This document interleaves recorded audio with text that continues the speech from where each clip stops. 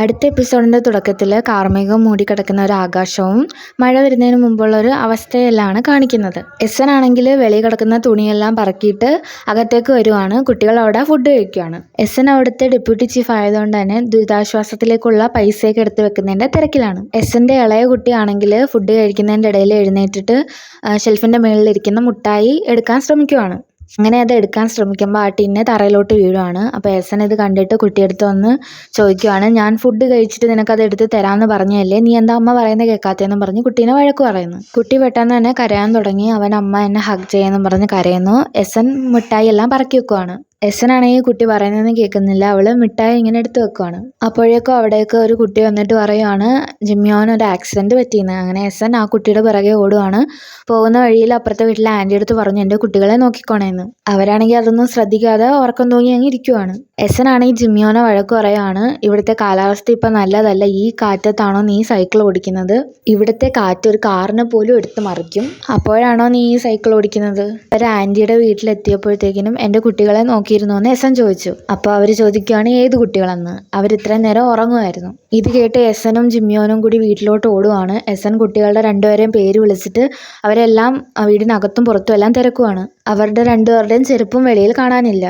അവർ പുറത്തേക്ക് എങ്ങണം പോയി കാണുമെന്ന് ജിമ്മിയോൻ പറയുവാണ്. അതേസമയം രണ്ട് ആൻറ്റിമാർ രണ്ടാമത്തെ കുട്ടീനെ കൊണ്ട് ഇങ്ങനെ നടന്നു വരുവാണ്. അവർ പറഞ്ഞു ഇവൻ കടലിൻ്റെ അടുത്ത് നിൽക്കുമായിരുന്നെന്ന്. എസ്സൻ അവനെ വഴക്ക് പറഞ്ഞിട്ട് ഇളയ കുട്ടി ഡോങ് മയോങ് എന്തിയെന്ന് ചോദിച്ചു. അപ്പോൾ കുട്ടി പറഞ്ഞു, അതെനിക്ക് അറിയില്ല, അവനെക്കുറിച്ച് ഞാൻ ഇറങ്ങുമ്പോൾ വീട്ടിൽ തന്നെ ഉണ്ടായിരുന്നു എന്ന്.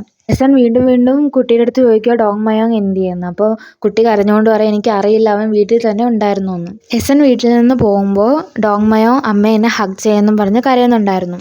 എസ്സൻ പോയതിൻ്റെ പുറകെ രണ്ടാമത്തെ കുട്ടി ഇറങ്ങി പോവുകയാണ്. അത് കണ്ട് ഡോങ് മയോങ്ങും ഇറങ്ങി പോന്നു. എസ്സൻ എന്ത് ചെയ്യണമെന്നറിയാതെ വിഷമിച്ച് നിൽക്കുവാണ്. എന്തോ ഒന്ന് വരാൻ പോകുന്നു എന്നുള്ള ഒരു ഭയം അവരുടെ ഉള്ളിലുണ്ടായി. ആൻറ്റി പറഞ്ഞു ഫിഷിംഗ് കോർപ്പറേഷന് വിവരം അറിയിക്കാൻ. അതേസമയം ഗ്വാൻസിക്കിനോട് ഒരാൾ വന്ന് പറയുവാണ് കുട്ടീനെ കാണാനില്ലെന്ന്. അങ്ങനെ നാട് മുഴുവൻ അറിഞ്ഞു ഡോങ് മയോനെ കാണാനില്ലെന്ന്. എല്ലാവരും അവനെ തിരയുവാണ്, എസ്സൻ്റെ അങ്കിളും അമ്മമ്മയും എല്ലാവരും. എസ്സനാണെങ്കിൽ ആ പെയ്യുന്ന മഴയിലും തൻ്റെ കുട്ടീനെ അന്വേഷിച്ച് നടക്കുവാണ്. ഗ്വാൻസിക്കിൻ്റെ അമ്മമ്മയാണെങ്കിൽ കുട്ടീനെ തിരിച്ച് കിട്ടാനായിട്ട് ദൈവത്തോട് കേണപേക്ഷിക്കുവാണ്. അങ്ങനെ കുട്ടീനെ എങ്ങനെയെങ്കിലും ജീവനോടെ തന്നെ കാണണമെന്ന് ആഗ്രഹിക്കുന്ന എസ്സൻ്റെ മുന്നിലേക്ക് ആ വണ്ടി വന്ന് നിൽക്കുവാണ്. അതിൽ നിന്നും എസ്സൻ്റെ അമ്മയുടെ ഫ്രണ്ട് ഇറങ്ങുന്നുണ്ട്. അങ്ങനെ എസ്സൻ ചെന്ന് ചോദിക്കുവാണ്, എന്തി എൻ്റെ കുഞ്ഞിനെ കണ്ടോ, അവൻ എന്തിയെന്ന് ചോദിക്കുന്നു. അവരൊന്നും മിണ്ടാതെ ഇങ്ങനെ നിൽക്കുവാണ്. അവർക്കൊന്നും പറയാൻ കഴിയുന്നില്ല, കാരണം കുട്ടി മരിച്ചു കഴിഞ്ഞിരുന്നു. കോരിച്ചൊരിയുന്ന മഴയിൽ എസ്സൻ തൻ്റെ കുട്ടീനെയും കൊണ്ട് ആ മഴയത്ത് അവിടെ ഇരിക്കുവാണ്.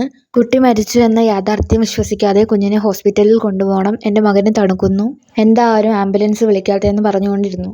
ആ നാട് മുഴുവനും അവരുടെ ചുറ്റിനും ഉണ്ടായിരുന്നു. മകനെ നഷ്ടപ്പെട്ട ഒരു അമ്മയുടെ വിഷമം കാണുക എന്നല്ലാതെ അവരുടെ മുന്നിൽ വേറെ വഴിയൊന്നുമില്ലായിരുന്നു. എസ്സൻ കുട്ടീനെ ഹൃദയത്തോട് ചേർത്ത് പിടിച്ചു. അപ്പോഴാണ് ഗ്വാൻസിക്ക് അവിടെ ഓടിയെത്തുന്നത്. അനക്കമില്ലാതെ കിടക്കുന്ന തൻ്റെ കുഞ്ഞിനെ കണ്ട് അവൻ്റെ കണ്ണുകൾ നിറഞ്ഞൊഴുകി. അവൾ ഗ്വാൻസിക്കിനോട് പറയുവാണ്, നമുക്ക് ഇവനെ ആശുപത്രിയിൽ കൊണ്ടുപോകണം, ആംബുലൻസ് വിളിക്കുന്നു. ഡോങ് മയോൻ്റെ കൈ താഴേക്ക് വീഴുവാണ്. എസ്സന് കുഞ്ഞ് മരിച്ചു എന്ന യാഥാർത്ഥ്യം വിശ്വസിക്കാനും കഴിയുന്നില്ല. ആ മഴ ഗ്വാൻസിക്കിൻ്റെ ഹൃദയം മുറിക്കുന്ന വേദനയായി മാറുന്നു. അവൻ ഉച്ചത്തിൽ കരയാൻ തുടങ്ങി. ചടങ്ങുകളെല്ലാം കഴിഞ്ഞ് വീട് നിശബ്ദമായി. കുട്ടികൾ കഴിച്ച ഭക്ഷണവും നിലത്ത് വീണ മുട്ടായും അതേപടി അവിടെ ഉണ്ടായിരുന്നു. എസ്സൻ കുട്ടിയുടെ സ്പൂൺ എടുത്ത് കയ്യിൽ പിടിച്ചു. അവനെ ഒന്ന് ഹഗ് ചെയ്യാൻ പറ്റിയിരുന്നെങ്കിൽ. കുഞ്ഞിൻ്റെ കരച്ചിൽ കേൾക്കാതിരുന്ന ആ ഒരു നിമിഷം, ഇനി ഒരിക്കലും അവനെ ചേർത്ത് പിടിക്കാൻ പറ്റില്ല എന്നുള്ള യാഥാർത്ഥ്യം അവൾക്ക് നഷ്ടപ്പെട്ട ആ ഒരു നിമിഷം ഓർത്തവൾ കരയാൻ തുടങ്ങി. അടുത്ത ദിവസം ഗ്വാൻസിക്കിൻ്റെ അമ്മ ഡോങ് മയോൻ്റെ സാധനങ്ങളെല്ലാം ഒരു തുണിയിൽ ചേർത്ത് കെട്ടുന്നു. അവർ പറഞ്ഞു, ജീവിതം ഇനിയും മുന്നോട്ട് പോയിക്കൊണ്ടിരിക്കും, ഇതിനെയും നീ അതിജീവിക്കണം, നിനക്ക് ഇനിയും 2 കുട്ടികൾ കൂടിയുണ്ട്, അവരെയും നീ നോക്കണം. എസ്സൻ ഒന്നും മിണ്ടാതെ അവിടെ തന്നെ കിടന്നു. പണ്ട് എസ്സൻ്റെ അമ്മ എസ്സനോട് പറഞ്ഞിരുന്നു, ജീവിതത്തിൽ ഇനിയും ഒരുപാട് കഷ്ടതകളുള്ളൊരു സിറ്റുവേഷൻ നിനക്ക് ഉണ്ടാവാം, ഇനി മുന്നോട്ട് എങ്ങനെ ജീവിക്കും, ഇനി ഈ ലൈഫ് ജീവിക്കേണ്ടെന്ന് വരെ തോന്നും, പക്ഷേ നീ അതിനെല്ലാം തരണം ചെയ്യണം. എൻ്റെ ലൈഫിലും അങ്ങനെ കുറേ സിറ്റുവേഷൻസ് ഉണ്ടായിട്ടുണ്ട്. ചിലപ്പോൾ മരിച്ചു പോകുമെന്ന് വരെ തോന്നിപ്പോകും. നമ്മൾ അതിനെ സർവൈവ് ചെയ്യണം. മരിക്കാൻ നമുക്ക് 100 കാരണങ്ങൾ കാണും, പക്ഷെ ജീവിക്കാനുള്ള 1000 കാരണങ്ങൾ നീ തന്നെ കണ്ടെത്തണം. വീണു പോയിടത്തു നിന്നും നീ തിരികെ വരണം. ശരീരം തളർന്നാലും മനസ്സ് തളരരുത്. നീ ശ്രമിച്ചുകൊണ്ടേയിരിക്കുക. എത്ര ആഴങ്ങളിൽ അകപ്പെട്ടാലും ഇരുട്ടിനെ നീക്കി വെളിച്ചം കാണുക തന്നെ ചെയ്യണം. അമ്മ പറഞ്ഞ കാര്യങ്ങളെല്ലാം ഓർത്ത് എസ്സൻ അവിടെ നിന്ന് എഴുന്നേറ്റ് രണ്ടാമത്തെ മകൻ്റെ അടുത്തേക്ക് ചെന്നു. അവൻ ഫ്രണ്ട്സുമായി മിഠായി ഉണ്ടാക്കിക്കൊണ്ടിരിക്കുകയാണ്. അവൻ എസ്സനോട് പിണക്കത്തിലാണ്. എസ്സൻ മോനോട് സംസാരിക്കുന്നുണ്ടെങ്കിലും അവൻ ഒന്നും മിണ്ടുന്നില്ല. അതേസമയം ഗ്വാൻസിക്കാണെങ്കിൽ കുട്ടികളുടെ മുറിയിൽ കിടക്കുവാണ്. അവൻ അവിടെ ഇരുന്ന ബാഗ് എടുത്തു നോക്കി.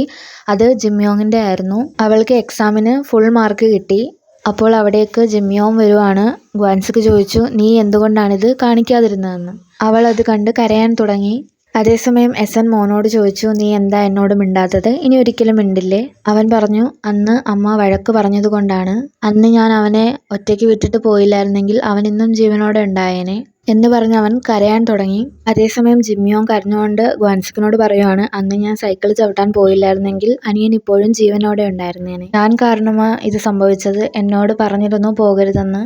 ഗ്വാൻസിക്കും എസനും കുട്ടികളെ ചേർത്ത് പിടിച്ചിട്ട് പറഞ്ഞു, ഞങ്ങളോട് ക്ഷമിക്കണം, ഇത് ഞങ്ങളുടെ തെറ്റാണ് എന്ന് പറഞ്ഞവർ മക്കളെ കെട്ടിപ്പിടിച്ച് കരയുവാണ്. പതിയെ അവരുടെ ലൈഫ് പഴയതുപോലെ വരുവാണ്. ഗ്വാൻസിക്ക് മകളോട് പറഞ്ഞു, ടീച്ചറിനോട് പറയണം ഞാൻ 3 ദിവസത്തിനകം ഫീസ് അടയ്ക്കാമെന്ന്. അവൻ മോനോട്, ഞാൻ തിരിച്ചു വരുമ്പോൾ നിനക്കിഷ്ടമുള്ള മീൻ വാങ്ങി കൊണ്ടുവരാമെന്ന് പറഞ്ഞിട്ട് പോകുന്നു. എസൻ അടുക്കളയിൽ ഫുഡ് ഉണ്ടാക്കുവാണ്. അവൾ മകന് ഫുഡും ഇഷ്ടപ്പെട്ട മിഠായിയും മാറ്റി വെക്കുന്നുണ്ട്. അടുത്ത ദിവസം എസൻ ജോലി ചെയ്യുന്നതാണ് കാണിക്കുന്നത്. അത് കണ്ട് ആൻറ്റിമാർ പറയുവാണ്, അവൾക്ക് എങ്ങനെ ഈ കടലിൻ്റെ അടുത്ത് തന്നെ ജോലി ചെയ്യാൻ കഴിയുന്നത്? ഈ കടലാണ് അവളുടെ അച്ഛൻ്റെയും അമ്മയുടെയും മകൻ്റെയും ജീവനെടുത്തത്. അവൾക്ക് എങ്ങനെ ഇതൊക്കെ സഹിക്കാൻ കഴിയുന്നത്? അപ്പോൾ അവിടേക്ക് ഗ്വാൻസിക്ക് വരുവാണ്. അവളുടെ ജോലിയെല്ലാം തീർന്നിരുന്നു. ഗ്വാൻസിക്ക് അവളെ സാധനങ്ങളൊക്കെ എടുത്തു വെക്കാൻ സഹായിക്കുന്നു. അവൻ അവളോട് സംസാരിക്കുന്നുണ്ടെങ്കിലും അവളൊന്നും മിണ്ടാതെ മുന്നോട്ട് നടക്കുവാണ്. കുറച്ചു ദൂരം പിന്നിട്ട് കഴിയുമ്പോൾ എസൻ പറയുവാണ്, എനിക്കിതൊന്നും സഹിക്കാൻ കഴിയുന്നില്ല, എനിക്ക് കടലുമായി ബന്ധപ്പെട്ട ഒരു ജോലിയും വേണ്ട. അവൾ കരയാൻ തുടങ്ങുന്നു. ഗ്വാൻസിക്ക് അവളെ സമാധാനിപ്പിക്കുന്നു. ഗ്വാൻസിക്ക് പറഞ്ഞു, നമ്മൾ രണ്ടുപേരും കരയാൻ തുടങ്ങിയാൽ ഇത് ബാധിക്കുന്നത് നമ്മുടെ 2 കുട്ടികളെയുമാണ്. അവരുടെ മനസ്സിൽ ഇതൊരു കറുത്ത നിഴലായി അവശേഷിക്കും. അവൾ പറഞ്ഞു, എനിക്കിതിൽ നിന്ന് മൂവ് ഓൺ ആവാൻ പറ്റുന്നില്ല. ഗ്വാൻസിക്ക് പറഞ്ഞു, നമുക്ക് 2 കുട്ടികൾ കൂടിയുണ്ട്, അവരെ നമ്മൾ നന്നായി നോക്കണം.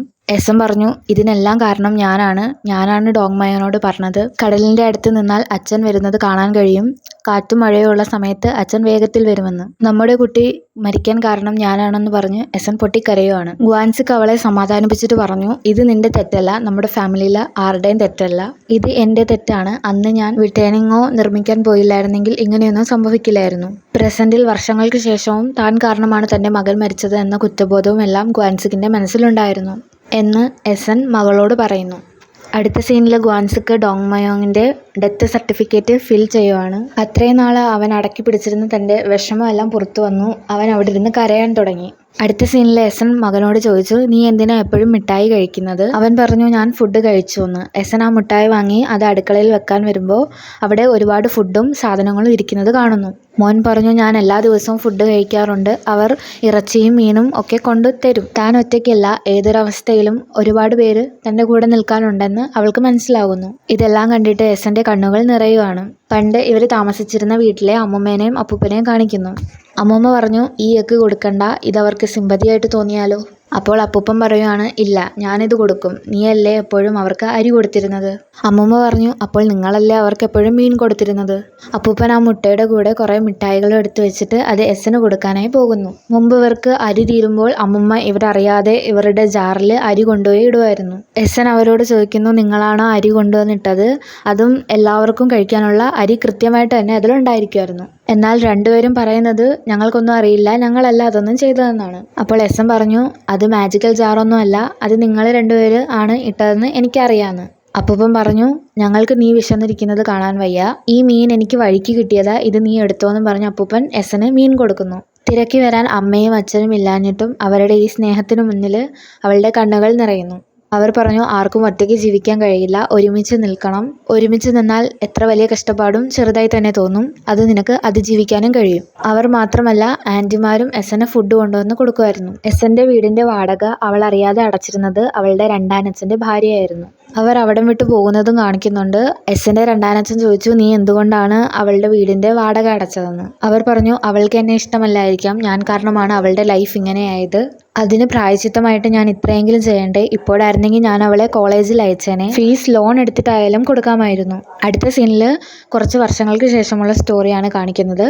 എസനും ഗ്വാൻസിക്കും മോളുടെ റിസൾട്ടിനായിട്ട് വെയിറ്റ് ചെയ്യുവാണ്. എസന് നല്ല ടെൻഷനുണ്ട്. ഗ്വാൻസിക്ക് പറഞ്ഞു അവൾക്ക് നല്ല മാർക്ക് തന്നെ കാണുമെന്ന്. അപ്പോൾ അവിടേക്ക് ജിമ്മിയോൻ വരുവാണ്. അവളുടെ റിസൾട്ട് കാണിക്കുന്നു. അവർക്ക് വളരെ സന്തോഷമായി. തനിക്ക് പഠിക്കാൻ സാധിച്ചില്ലെങ്കിലും അത് അവളുടെ മകളിലൂടെ സാധിച്ചതിൻ്റെ സന്തോഷം എസനുണ്ടായി. ഗ്വാൻസിക്ക് എസൻ്റെ ഫോട്ടോ എടുക്കുന്നു. എന്നിട്ട് ജിമ്മിയോനെ വിളിക്കുവാണ്. അത് കേട്ടിട്ട് ഒരു അമ്മയും മകനും നോക്കുന്നു. അവരുടെ ഹസ്ബൻഡിൻ്റെ പേരും ജിമ്മിയോൻ എന്നായിരുന്നു. അവർ തമ്മിൽ സംസാരിക്കുന്നുണ്ടെങ്കിലും ഗ്വാൻസിക്കിന് അവരെ അത്ര അങ്ങോട്ട് ഇഷ്ടപ്പെടുന്നില്ല. ഗ്വാൻസിക്ക് പറഞ്ഞു നമുക്ക് ഫോട്ടോ എടുത്തിട്ട് വേഗം പോകാമെന്ന്. അപ്പം അവൻ പറയുവാണ് അങ്കിൾ ഞാൻ ഫോട്ടോ എടുത്തു തരാമെന്ന്. അങ്ങനെ അവരുടെ ഫോട്ടോ എടുക്കുവാണ്. അതിനുശേഷം ഗ്വാൻസിക്ക് എസനോട് പറയുവാണ് ഞാൻ അന്നേ പറഞ്ഞില്ല അവൻ ആളത്ര ശരിയല്ല എന്ന്. എസൻ ചോദിച്ചു എന്ത് പറ്റിയെന്ന്. അപ്പോൾ അതിനകത്ത് കുറേ ഫോട്ടോ ജിംയോങ്ങിൻ്റെ മാത്രം സൂം ചെയ്ത് അവൻ എടുത്തിട്ടുണ്ട്. ഗ്വാൻസിക്കിന് അത് അത്ര അങ്ങോട്ട് ഇഷ്ടപ്പെട്ടില്ല. എസൻ ചോദിച്ചു നിങ്ങൾ ജിംയോങ്ങിനെ സംശയിക്കുകയാണോ എന്ന്. എന്താ അവർ ബുസാനിലോട്ട് വല്ല ഒളിച്ചോടി പോകുമെന്ന് പേടിയുണ്ടോയെന്ന്. അപ്പോൾ ഗ്വാൻസിക്ക് ചോദിച്ചു അവരെന്തിനാ പോകുന്നത്? നീ മുമ്പ് മറ്റൊരാളുടെ മകളെ വിളിച്ചുകൊണ്ട് പോയതല്ലേ, സ്വന്തം മകളെ വിടില്ലേ? അതേസമയം ജിംയോങ് നേരത്തെ കണ്ട പയ്യനുമായിട്ട് റിലേഷൻഷിപ്പിലാണ്. അവൻ നാളെ ആർമിയിൽ പോകുന്നതിനെ കുറിച്ച് സംസാരിച്ചുകൊണ്ടിരിക്കുകയാണ്. അടുത്ത സീനിൽ ഗ്വാൻസിക്കും എസനും നടന്നു വരുവാണ്. എസൻ പറയുവാണ് ജിംയോങ്ങിന് ഹോസ്റ്റലിൽ റൂം കിട്ടില്ല എന്ന് പറഞ്ഞത് കള്ളമാണോ എന്ന് എനിക്ക് സംശയമുണ്ട്. അവൾക്ക് നമ്മുടെ കഷ്ടപ്പാടുകളെല്ലാം അറിയാം. പക്ഷേ സിയോയിൽ ആൾക്കാർ എന്തിനാണ് ബേസ്മെൻറ്റിൽ റൂം കിട്ടുന്നത്? അവൾ ആ റൂമിൽ താമസിക്കുന്നത് കാണുന്നത് എനിക്ക് ശരിക്കും ഹാർട്ട് ബ്രേക്കിംഗ് ആണ്. നമുക്ക് ഗാർബേജ് ഫീൽഡ് അങ്ങ് വിറ്റാലോ? അപ്പോൾ ഗ്വാൻസിക്ക് പറഞ്ഞു അത് വേണ്ട, നിൻ്റെ പേരിൽ അതെങ്കിലും വേണ്ടേ? അത് വിൽക്കേണ്ട. എസൻ ചോദിച്ചു മോളേക്കാൾ വലുതാണല്ലേ ഭാര്യ? അവരങ്ങനെ ലൈഫിലെ സന്തോഷമുള്ള നിമിഷങ്ങളെക്കുറിച്ച് പറഞ്ഞ് മുന്നോട്ട് നടക്കുന്നു. ലൈഫ് അങ്ങനെയാണ്, ഏതൊരവസ്ഥയിലും അത് മുന്നോട്ട് പോയിക്കൊണ്ടേയിരിക്കുമെന്ന് പറഞ്ഞുകൊണ്ട് ഈ ഒരു എപ്പിസോഡ് എൻഡ് ചെയ്യുവാണ്. എല്ലാവരും ലൈക്കും സബ്സ്ക്രൈബും ഒക്കെ ചെയ്ത് സപ്പോർട്ട് ചെയ്യുക.